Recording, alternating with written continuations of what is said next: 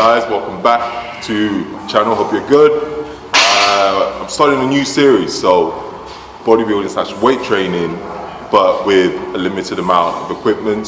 So if you train at a CrossFit box, you're a weightlifter or you're a powerlifter, and you only have barbells and dumbbells, but you don't have resistance machines, I'm going to show you how I train, incorporate bodybuilding style training in a CrossFit box that you can implement to your training and explain why I do certain things in certain ways. So I hope you guys find a lot of the information useful and you can implement it into your training. Let's go. Okay guys, so we are going to start with push-ups. Now, before we even get to push-ups, make sure you guys spend at least 5 to 10 minutes doing some shoulder mobility before you start training. So have a look at my video. I'll try and put the link to my YouTube video for some of the upper body mobilities you can apply, or my Instagram video. So yeah, the aim of the push-ups is to do about 50 reps. That's right, 50. No half rep in these. I'm talking full solid reps all the way down to the floor and back up. Now just watch how my elbows are slightly closer to my body and not aligned with my delts. This puts less pressure on delts and focuses on chest. And make sure you are close to the ground, that you can almost kiss the ground when you're going down into the when you're going downwards. Don't have your elbows too close to your body, however, as that means more emphasis on triceps, which is what we don't want. So not too close, and again not aligned too far out with your shoulders. The whole idea is to pre-exhaust the chest before the main workout. I've always done this before training chest. I usually do press-ups or cable flies.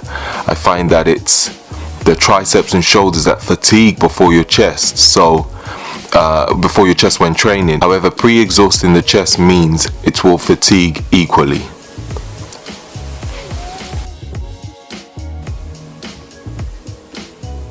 So we are now on to the bench press. Before we start benching, I want to emphasize that this workout is all about time under tension, no ego lifting, focus on tempo, and also focus on contracting the chest every single rep. Each set the tempo changes, so make sure you don't go too heavy on weight, as you will understand why when we get to the workouts. I'll write in the description box below the exercises, sets, rest, and also the tempo. So let's begin. So with the bench press, we will be aiming to do 4 sets on the bench press, and then we will be supersetting with dumbbell incline flies. So with the first set on the bench press, we will be doing 15 reps at a 2-second eccentric tempo. What that means is when bringing the bar down towards your chest, it will take you 2 seconds. So count it out loud. If you need to, or count it in your head, 1, 2, and all the way back up, as you can see in the video.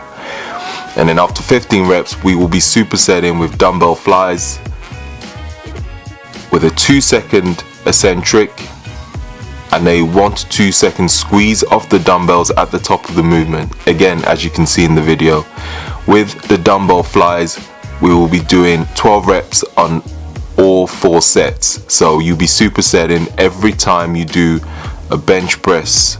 Every set you will superset with the dumbbell flies. And so we're back onto the second set on the bench, and we're aiming for a 3-second tempo.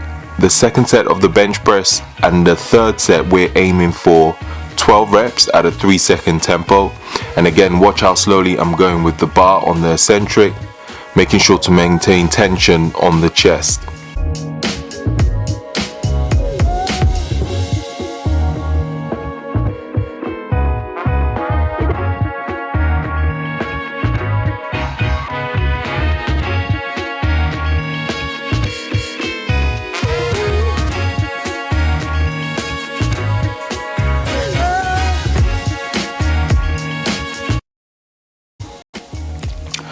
With the fourth set, we will be doing 10 reps at a 5-second tempo. Now remember, I told you about not going too crazy with the weights.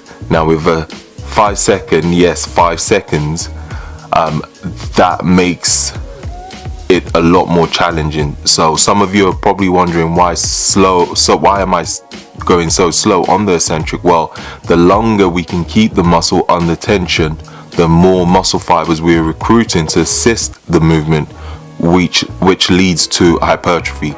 Hence, the longer you can keep the muscle under tension, the better.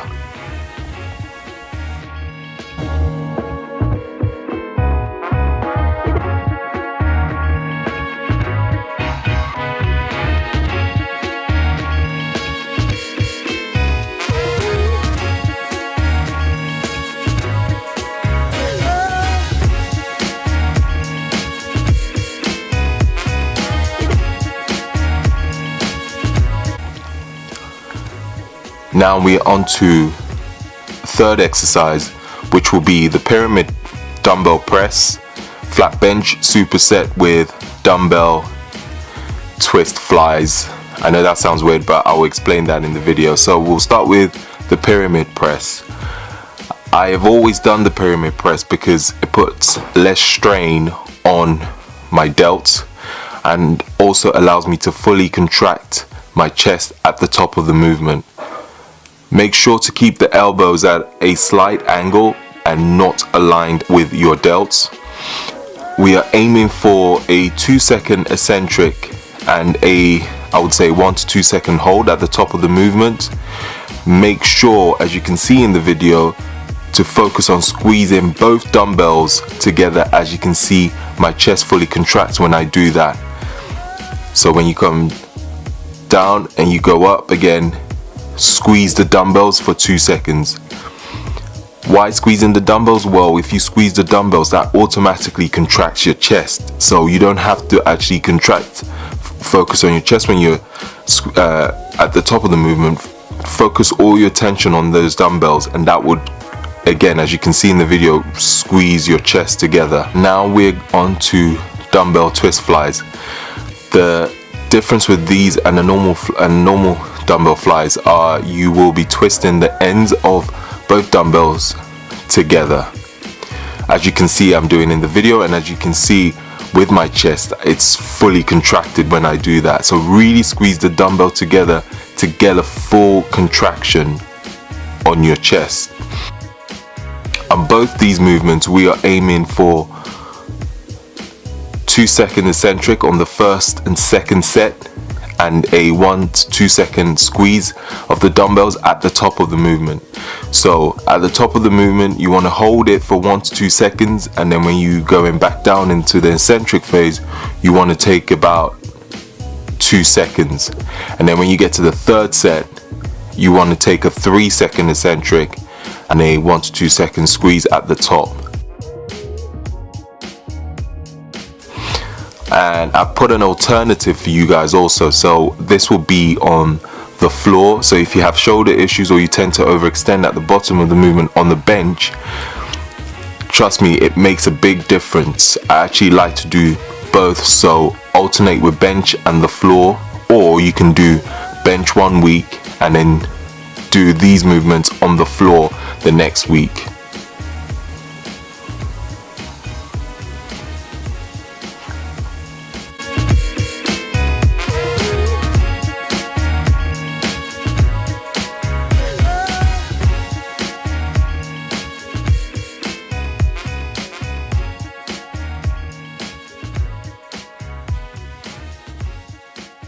And the next exercise we'll be doing ring press ups, supersetting with bench dumbbell close grip press.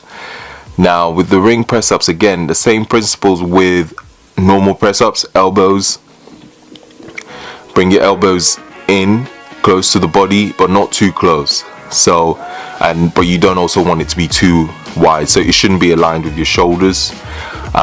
Aiming for a 2-second eccentric and push back up as quick as you can. These are tough but really good for also working on stability, so expect it to feel strange at first, and you will probably shake a little bit when you start doing this, but you will get used to it eventually. And also to make it slightly more difficult, I have given you a second version, which is feet elevated with a bench, or you can use a box. If you don't have rings where you train, putting 2 benches or 2 boxes close together does the trick. It won't be as hard as using rings, but still better than nothing. And then we'll be on to supersetting with close grip dumbbell press. Now this is another one where some of you might not know how it works, but I'm going to explain to you what to do. So hold the dumbbells, as you can see in the video, close together over your chest, elbows close at all times. So now this one, you're going to have your elbows really close to your body when you bring the weight dumbbells down. Again, we're going to aim for 2-second eccentric. Hold for about a second at the top of the movement. Remember, just like the dumbbell pyramid press, rather than trying to squeeze your chest at the top of the movement, squeeze the dumbbell together as hard as you can. Like I always say, squeeze the hell out of it like it owes you money, literally. Aim for about 3 sets on both the press ups on the rings and the dumbbell close grip press. Keep the rest pretty short, so I'll aim for 40-second rest.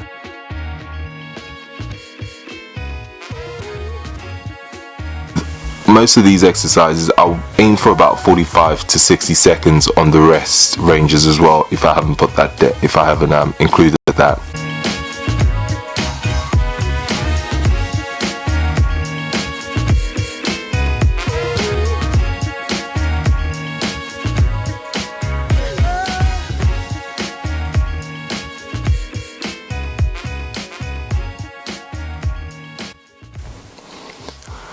On the 5th and final workout, we're going to do some decline push-ups. I know what you guys are thinking, this dude loves push-ups. And yes, I do. This time we'll be finishing with, again, a decline push-up on a 30-inch box. So we're aiming for 50 push-ups again. However, we'll be breaking it down by 5 sets times 10 reps. Few things. Keep the rest short between each set, so about 20 seconds, no more. And also, like I said in the first push-up, make sure you can almost kiss the floor. But if, like me, your chest is twice the size, towards the end of a workout, make sure your chest touches the floor, because that's more likely to touch the floor before your face gets anywhere near the floor. So with the first set, we're aiming for 2-second eccentric, so 1, 2 down and push up. The second set, we're aiming for 3-second eccentric. The third set, we're aiming for 4-second eccentric, so 1, 2, 3, 4, push up as quick as you can. The fourth one, we're aiming for 5 seconds, and then on the 5th and final one, we're aiming to go as quick as you can.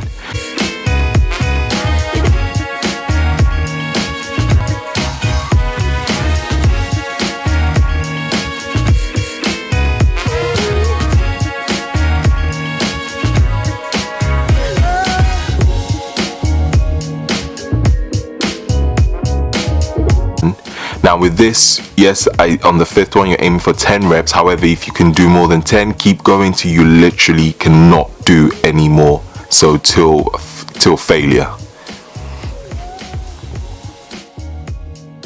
Well, everyone, hope you found this video helpful, and hopefully you can implement this into your training. My goal is to bring you workouts that everyone from all different fitness backgrounds can do, even with limited equipment.